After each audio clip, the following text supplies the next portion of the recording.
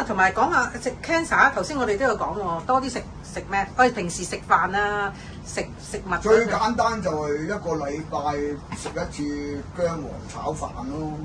嗯，薑黃啊，薑黃粉啊，炒飯、煮飯，或者食啲咖喱啊。係咯。所以佢因為英國人做過研究咧，點解印度咁多人嗰個嗰啲 cancer 指數咁低咧？係啊。佢原來喺研究發覺咧，原來佢食咖喱。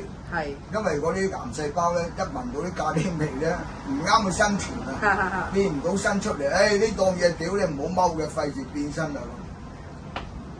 事實真係咁啊！啲香草，等於我哋話俾你啲人感冒啊，病毒菌我哋叫人吸萬金油、驅風油，就係佢嗰病毒背後嘅上帝一想變身出嚟咧，哇！呢個埠唔啱嘅，屌你個公鼻乸嚟，即刻就唔變啦。個環境唔啱。係冇錯，佢唔變出嚟，好簡單嘅咋，個世間唔係咁深奧㗎，係嗰啲神棍啊、醫棍啊、術棍啊，屌你無撚端端嚇緊你啫嘛，佢知道都唔教你啦。